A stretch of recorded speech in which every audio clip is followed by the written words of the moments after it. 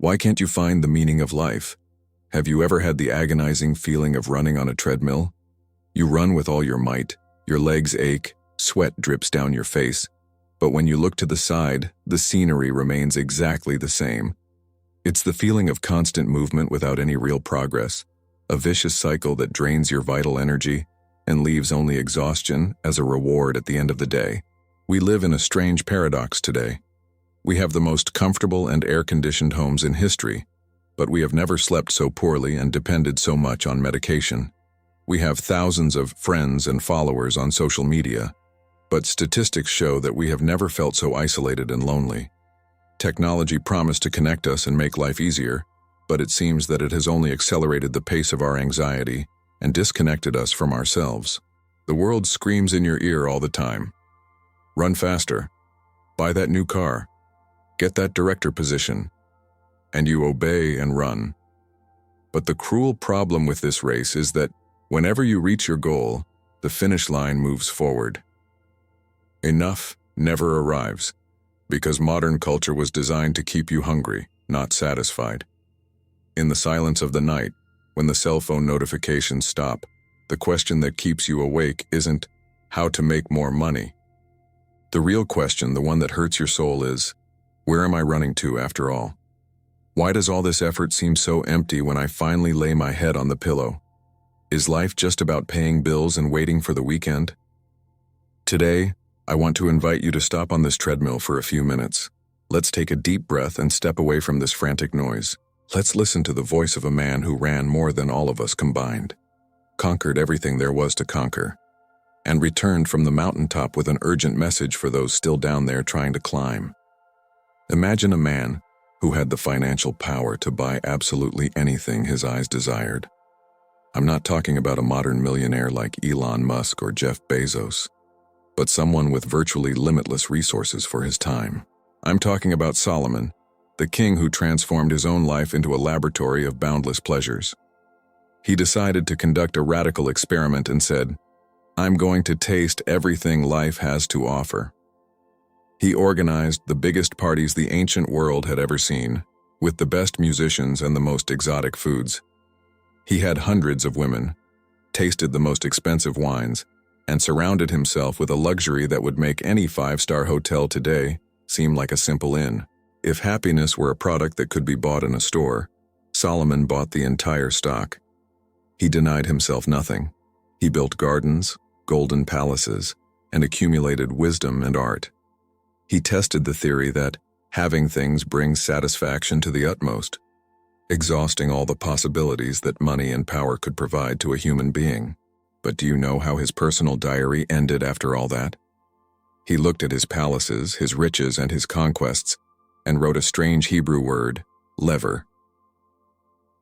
In our Bibles, this has been translated as vanity, but the original meaning is much more visual and impactful.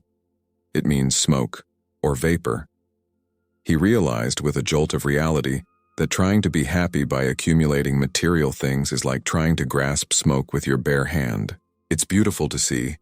It dances seductively in the air.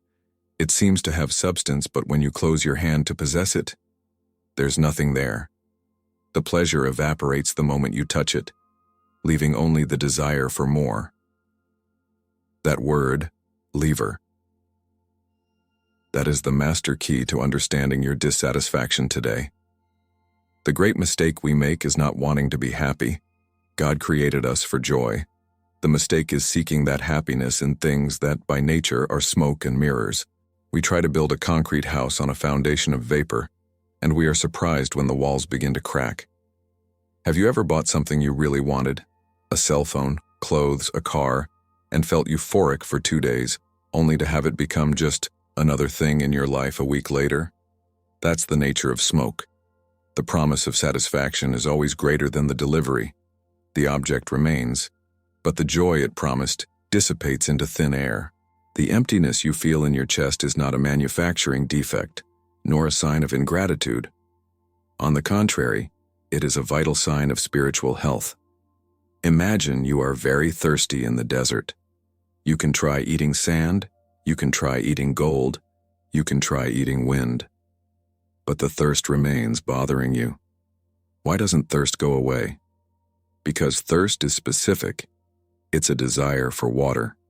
Nothing but water will solve the problem. Similarly, your emptiness is a desire for eternity, a longing for something that never ends. And you're trying to fill an eternal void with temporary things that last only a second. As long as you try to quench a spiritual thirst with material solutions, you will remain frustrated.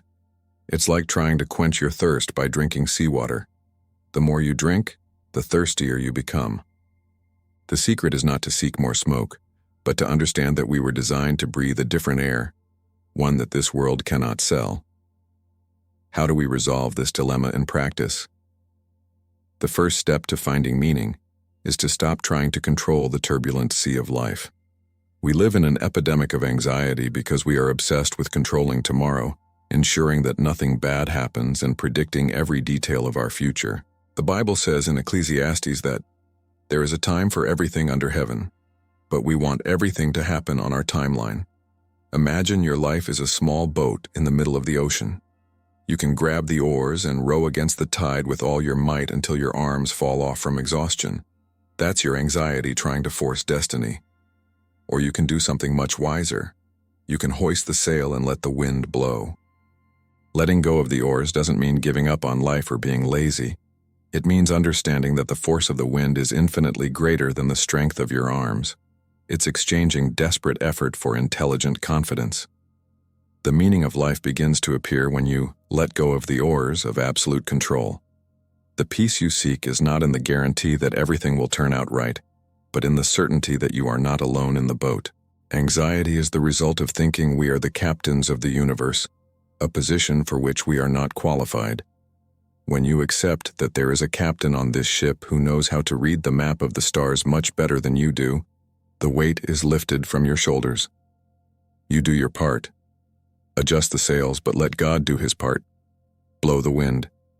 It is in this active rest that the meaning of life replaces the fear of the future. The second crucial step takes place inside your head, in the fertile ground of your thoughts. The modern world and many philosophies say, empty your mind to find peace. But the Bible offers a different and more active strategy. It says, tend to the garden. Your mind should not be a vacuum, but a cultivated garden. Imagine your mind as a piece of land. If you don't intentionally plant anything, the land doesn't remain barren. Weeds grow there. Fear, envy, anger, and pessimism are like those weeds. You don't need to force them to grow. They spring up on their own if the land is neglected. To have true peace, you need to plant flowers with intention and discipline. What are the flowers of the mind? They are thoughts of gratitude, memories of what God has already done, beauty, truth, and justice. Philippians teaches that we should focus on everything that is good and praiseworthy. That is mental gardening. If you wake up in the morning and the first thing you do is grab your phone to see tragic news or compare your life to the perfect lives of others on Instagram, you're throwing toxic waste into your own garden first thing in the morning. Don't be surprised if, at the end of the day, you only harvest anxiety and sadness. The meaning of life is built upon the quality of your thoughts.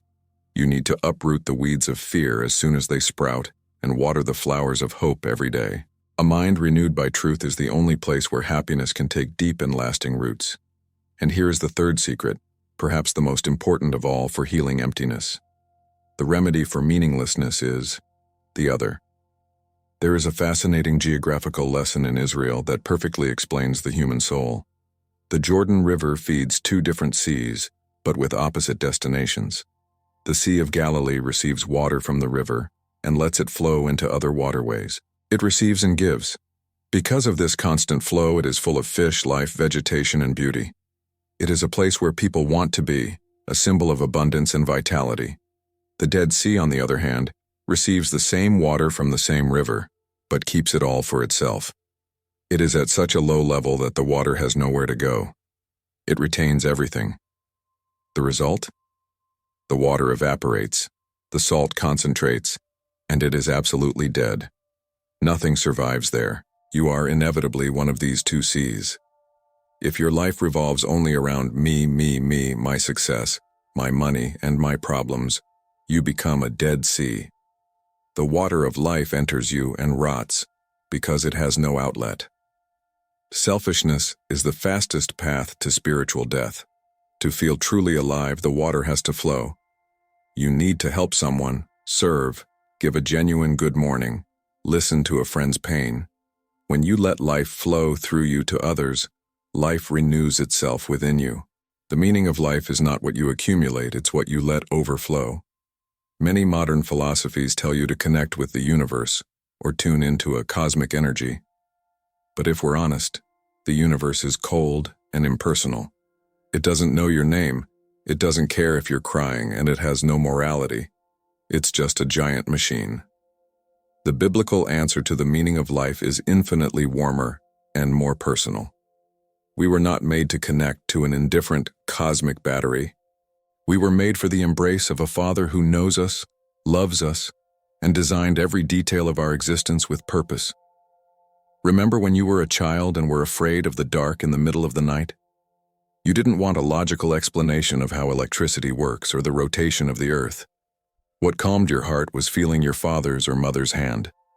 Their personal presence was the only cure for the fear. The meaning of life is holding onto that hand in the midst of the world's darkness. It's not about understanding all the theological rules or deciphering all the mysteries of the future. It's about having the profound certainty that you are not walking alone, that there is someone walking beside you in the garden. St. Augustine said that our hearts remain restless until they rest in you. As long as we seek meaning in vague energies or impersonal forces, we will remain spiritual orphans. Fullness only comes when we discover that we are beloved children, and not just random stardust. Jesus used a perfect and simple image to summarize all of this. He said, "I am the vine, you are the branches." Imagine a grape tree. The branch only has life and only produces grapes while it is connected to the trunk, receiving the sap that comes from the root. Now imagine a branch that decides to be independent and cuts itself off from the tree. It falls to the ground. For a few days, the leaves are still green. The structure seems intact. It appears alive to someone looking from afar. But the truth is that at the moment of the cut, it began to die. Many of us are exactly like that cut branch. We are winning in life. We have the appearance of success, the financial leaves are green. But inside we feel we are drying up, becoming brittle and lifeless. We are trying to produce fruit with our own strength, disconnected from the source. The meaning of life is not to strain to produce grapes. The branch doesn't turn red from trying to bear fruit. The fruit is a natural consequence of the sap flowing through it. Its only work, its only real purpose, is to be attached to the tree. It is this connection that generates life. If you remain in Him, through prayer, trust, and surrender, the fruit will come naturally. Peace, joy, and purpose are not things you acquire. They are things that flow into you when your connection with God is clean and unobstructed. And what about when it hurts? Any search for the meaning of life has to confront suffering. The world says, run away from pain at all costs, take drugs, distract yourself. But biblical wisdom says something that changes everything. Pain is not a systemic error. It can be a tool for building. Notice how valuable things are made. Gold needs to pass through intense fire to be purified and shine. Grapes need to be crushed and trodden to become fine wine. Diamonds only form under unbearable pressure. Without the process of pain, these things would remain just ordinary stones and fruit. Your pain is not the end of your story, much less proof that God has abandoned you. It is part of the maturing process. Suffering, when placed in the right hands, does not destroy you. It molds your character, removes pride, and teaches a depth that superficial joy could never impart. Don't waste your pain thinking it's useless. Viktor Frankl, who survived concentration camps, said that whoever has a why can bear almost any how. Your why is knowing that God is using even the bad days to forge something eternal in you. Finding meaning in suffering is the key to avoiding despair. When you understand that your tears are watering a seed that will bloom in the future, pain ceases to be a punishment and becomes a path. You can cry, but cry with hope, knowing that the last word will not be that of pain. At the end of his life, after experiencing all the money, all the fame, all the pleasure, and all the wisdom of humankind, King Solomon summed up the meaning of life in a surprisingly simple phrase. He didn't offer a complex magic formula, nor a map to a hidden treasure. He basically said, "Fear God and keep His commandments." This means, respect the one who created you and live in harmony with the laws He established. Live with awe for the Creator and with simplicity in your heart. The answer was in the basics all along. We complicate life because we want to avoid simple obedience, but true happiness lies in simplicity. It's in waking up and seeing the sun as a gift, in treating those who live with you well, in doing your work honestly, and in laying your head on the pillow with a clear conscience before God. Let's do a practical test. Over the next 3 days, try applying these principles. Try not to control everything. Let go of the oars. Try serving someone without expecting anything in return. Be the Sea of Galilee. Try talking to the Father like a child. Simplify. If you do this, you will notice that the smoke of Hevel begins to dissipate. The agonizing emptiness will give way to a solid presence. You will stop searching for the meaning of life in dead things and will begin to live the meaning of life alongside the source of all life. Subscribe to the channel so we can walk together on this journey back to the essential.